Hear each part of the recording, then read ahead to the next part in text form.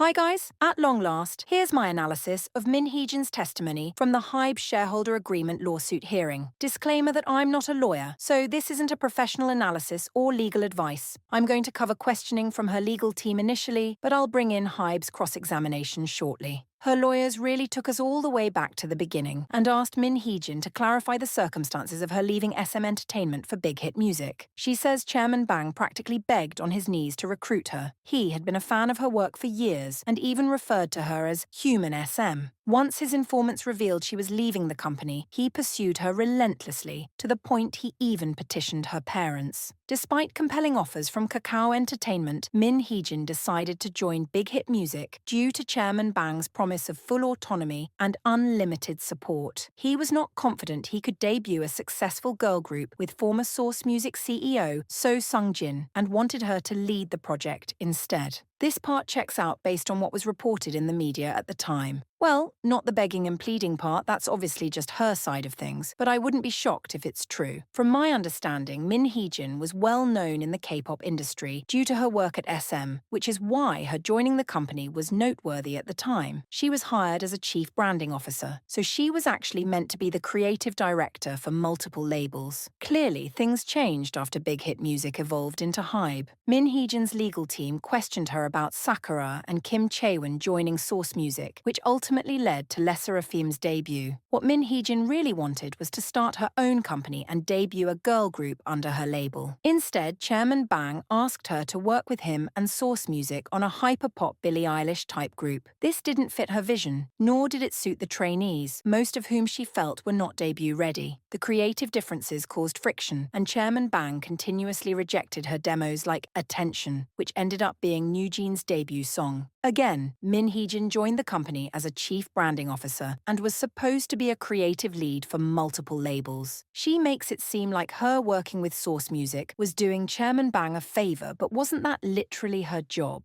I believe her about the creative friction part, though. I wouldn't say Billie Eilish is hyperpop. She's more like alternative or electropop, although it's possible they just meant expanding upon her sound and leaning more heavily into its hyperpop elements. Heejin recounts discovering HYBE's plan to debut Chaewon and Sakura through the media. Many assumed they would be debuting in her girl group, which was initially reported as an all-rookie group, so this hurt her reputation. When former HYBE CEO Park Ji-won officially broke the news, he told her LE SSERAFIM would debut first, and her team would have to be Source Music's second group. Heejin was furious, accused them of deception, and threatened to quit on the spot. Park Ji-won was said to be apologetic and sympathized with her position. I think we've established that Source Music intended to debut NewJeans before LE SSERAFIM. What's being debated now is why things didn't pan out that way. According to Source Music, NewJeans' debut was delayed for 8 whole months due to Heejin avoiding meetings and withholding brand materials. They even submitted Kakao talk chats in court to support their claims, which I think is stronger evidence than Heejin's word alone. She recounts being deceived by Chairman Bang again, suggesting he used her to expand the company and take HYBE public. Once ADOR was founded, he asked her to run the label without equity in exchange for the trainees from Source Music. She was offended by the offer, not because of money, but because the lack of incentive was demotivating. Heejin tried proving herself, but after achieving success with NewJeans, she says the company started undermining the group with improper promotions and diverting advertisement deals to different subsidiaries. She also discovered that other label heads in the company resented her, so she wanted a shareholder agreement to help her embody an owner's mindset. When HYBE's then CEO Park Ji-won gave her 3 days to sign it, she did so without reviewing it because she trusted his position. However, she was left feeling deceived after finding a permanent non-compete in the contract. She confronted him about it, but he gave no straight answers, and she soon realized he had lied to her about the call option. This is where the cross-examination comes into play. When questioned about renegotiations, Heejin says economic compensation was not the focus. She wanted to correct the non-compete clause and the stock option she was lied to about. HYBE's side says they offered to modify the non-compete clause, and reveals her favorable response to this suggestion in a chat reply. Heejin then claims to not remember the context of the message. HYBE's lawyers also question her about Kakao chats between her and ADOR's former deputy CEO. The two discuss how she'll avoid contract issues by using NewJeans mothers to submit protest emails. Min Heejin denies revealing details of the shareholder agreement to the mothers, but HYBE's lawyers pushed further, asking her to clarify what she meant by contractual issues. She calls this a trick question, since that language could refer to any contract, not necessarily the shareholder agreement. I think this exchange may go over a few heads, so I want to explain what's happening here. Min Heejin's unchallenged testimony paints a picture of a woman who isn't motivated by money, a creative who is too trusting, and someone who didn't even read the contract she signed. Obviously, HYBE wants to deconstruct the money narrative, but what they really want to do is prove Min Heejin was malicious and calculated. Those cacao chats weren't just evidence of a premeditated attack. HYBE was trying to demonstrate her complete understanding of the contract and highlight her feigned ignorance. It was meant to show she understood enough about the shareholder agreement to be involved in renegotiations and aware enough of the restrictions within it to strategize around them.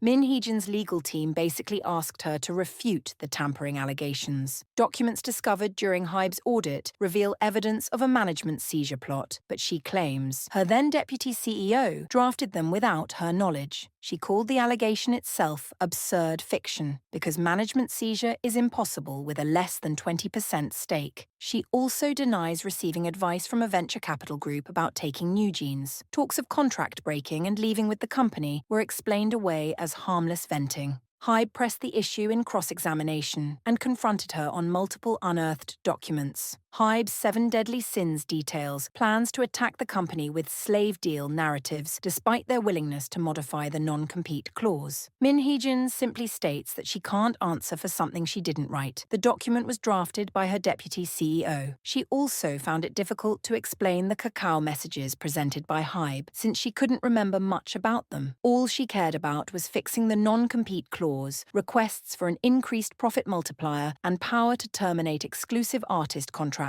were made without her knowledge or approval. As for Project 1945, Min Heejin once again says she was unaware of its existence. HYBE questions how the document can list changes to the shareholder agreement as its first line item without having discussed it with her, but she continues claiming ignorance. Min Heejin insists she never instructed him to write such things, that he was acting alone, but HYBE coerced him to implicate her. She says the company was harassing them, her deputy CEO kept her updated on his plans so she could protect NewJeans, and none of it would have happened if Chairman Bang kept his promises. HYBE highlights her inconsistency, treating the cacao messages seriously at one moment, then blaming everything on the deputy CEO the next, just to circle back and justify it all as a means to protect ADOR. That was a good catch by HYBE's legal team. Min Heejin was drifting between "that didn't happen" and "it was justified," which are obviously different arguments. Overall, though, she seems to be pulling the "I don't recall" strategy. Don't get me wrong, that tactic can actually be useful in certain scenarios, but I've only ever seen it employed by those on the losing end of a case. Short of just admitting fault, there's really no other way she could respond at this point. Basically what I'm saying is, "I don't recall" is a last resort strategy. When I see someone pull that out, I automatically assume they're on the legal back foot, and based on recent court rulings, it's safe to say that's probably the case here. NewJeans' parents were allegedly furious when Illit's teaser was released, and outraged that HYBE would debut a group similar to their daughters. When Min Heejin met with them to discuss it, her deputy CEO recorded the meeting minutes, but she denies having read what he actually wrote. She says the parents wanted to protest to HYBE and speak with Chairman Bang. Min Heejin herself was also furious. Seeing such blatant plagiarism of her work within the same company felt like contempt. The mothers requested her help writing protest emails, so she agreed, knowing they would struggle on their own, and that she had a duty to protect NewJeans. This is deflection of blame. She's deflecting blame onto a subordinate and the mothers of young artists. Don't worry though, this is unlikely to stick, especially because the ADOR NewJeans contract validity ruling already says she manipulated their families for a public opinion campaign. Just so we're clear, that was actually one of the most devastating parts of the ruling for her case. This is considered tampering, ladies and gentlemen, and I think HYBE will pursue that angle in a future lawsuit.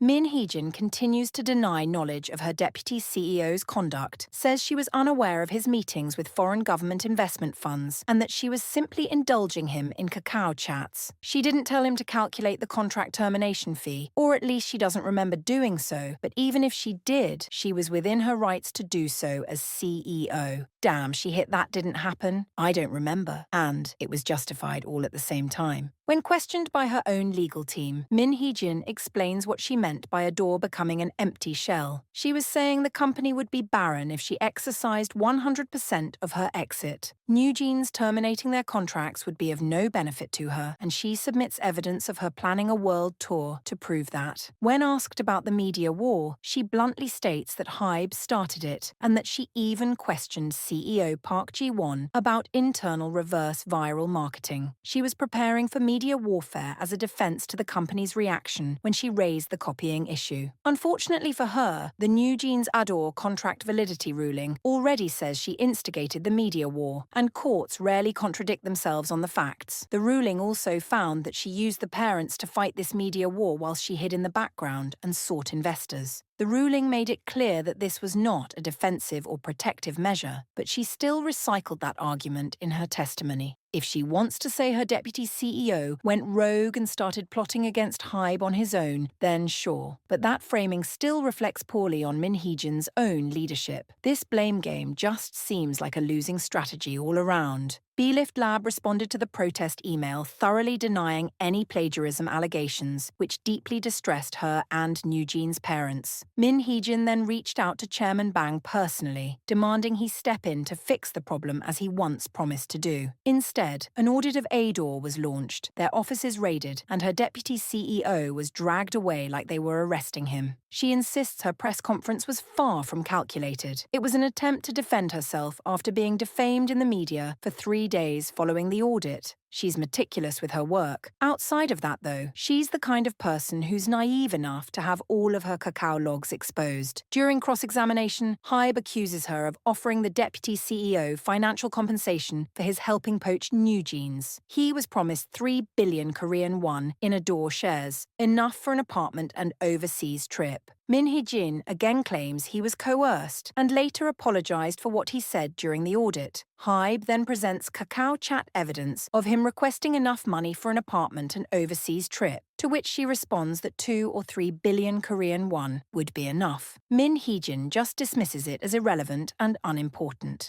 Wow, riveting legal defense. I'm sure the judge is going to buy the so what argument. You guys have probably noticed my commentary is quite minimal, but that's because there's not much to say. Like I mentioned earlier, this is not the testimony of someone who thinks they're winning the case. Honestly, this feels more like a third press conference geared toward media fodder, not actual litigation strategy. The funniest part of the testimony was Min Heejin insisting she had no employees. But then when HYBE asked her who was distributing press releases in real time on her behalf, she said it was her employee.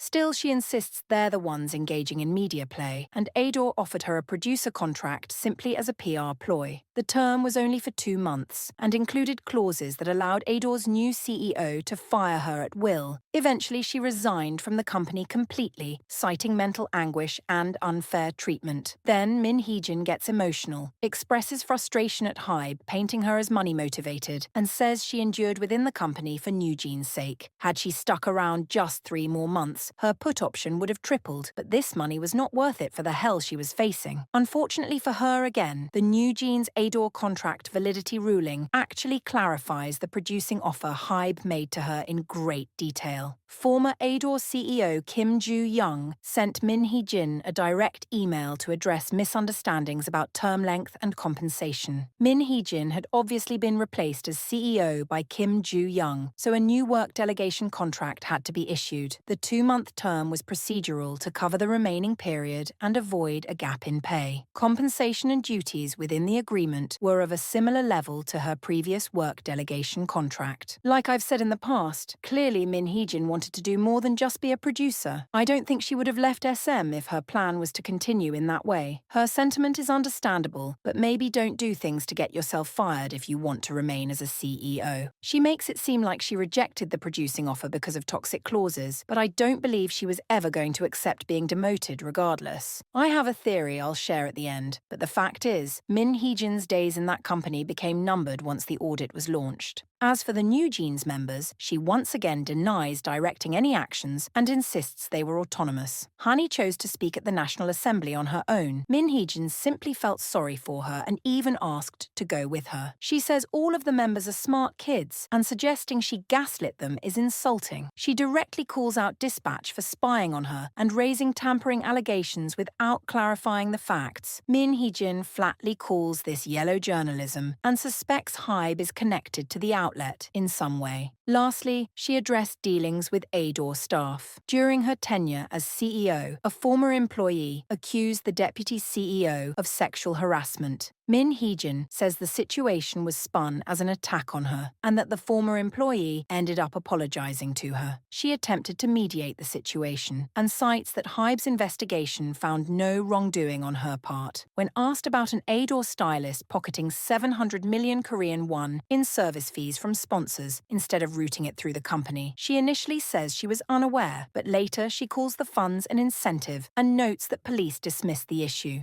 HYBE mentions that the National Tax Service assessed corporate tax and surcharges on that 700 million won as ADOR's revenue. Min Heejin again claims ignorance, then suggests that HYBE deliberately chose not to clarify facts during the tax audit, so a fine would be imposed. It's true that HYBE closed their investigation into the sexual harassment allegation, but the Korean Ministry of Labour concludes that Min Heejin actually failed to facilitate it in an impartial manner. So it's possible the outcome would have been different if the investigation were conducted fairly. The Labour Board also deemed some of her remarks toward the accuser as workplace bullying and imposed a fine. Min Heejin attempted to appeal, but the Seoul Western District Court upheld this decision. She will now push to challenge these findings in a formal trial. I don't like being redundant, so I'll keep my final thoughts brief. This testimony does not help her case. She contradicted herself multiple times, and certain parts of this actually open her up to additional litigation. She basically blames everyone but herself, including the deputy CEO, NewJeans parents, and even the members themselves. If you want my take, I believe her testimony was mostly meant to generate headlines and galvanize her fan base, not be an actual legal defense. The courtroom is not Min Heejin's home turf. She likes to win the narrative battle, so she's playing to her strengths in that regard. As for the theory I mentioned earlier, it's related to something I've been pondering for a while. Playing nice with HYBE would have made her millions of dollars. She had her own sub-label, a successful group, and financial incentives to stick around. Why would someone blow all of that up for no reason? First of all, I'm sure she had her reasons, I assume many of them personal, but I don't think that's the important part of this. Whether or not you think she was justified in wanting to leave the company doesn't really matter, because the reality is clear. Min Heejin wanted out. Min Heejin wanted out of HYBE really badly. She's made it abundantly clear that creative control, autonomy, doing things her way, that is what she wants. Answering to a parent company, having to consider other subsidiaries, she saw these as a hindrance to that desire. I don't think Min Heejin ever planned to stay in ADOR, and no contract clause or non-compete was ever going to stop her. She needed an exit plan that lets her save face, and she also knew HYBE wouldn't just let her walk, so she got to work and began planning her independence until she could find an out. Guys, Min Heejin is not wrong when she says the shareholder agreement binded her to the company. I wouldn't call it a slave deal because slaves don't make millions of dollars, but it's true she couldn't just quit and go elsewhere. I believe she deliberately acted in ways she knew were intolerable. Yes, because she wanted to leave, but also because she needed HYBE to not want to keep her. It's not enough that she wanted out, she actually needed the company to want her out. And that's exactly what happened. The execution was probably messier than she hoped, but she is out of HYBE and starting her own agency, so it kind of worked. Anyway, that's my own speculation, so take it how you will. I'm done trying to figure out why. It's clear the woman just didn't want to work there anymore, so this outcome is probably for the best, regardless of her reasons. If you're wondering about that non-compete clause, well, it could still be enforceable. Non-competes can remain valid even if a contract is terminated. Whether or not HYBE tries enforcing it will likely depend on the outcome of this case. That's really it. Sorry this video was delayed, but as you can see, there was a lot to cover. Thank you for watching. I'll see you all in the next one.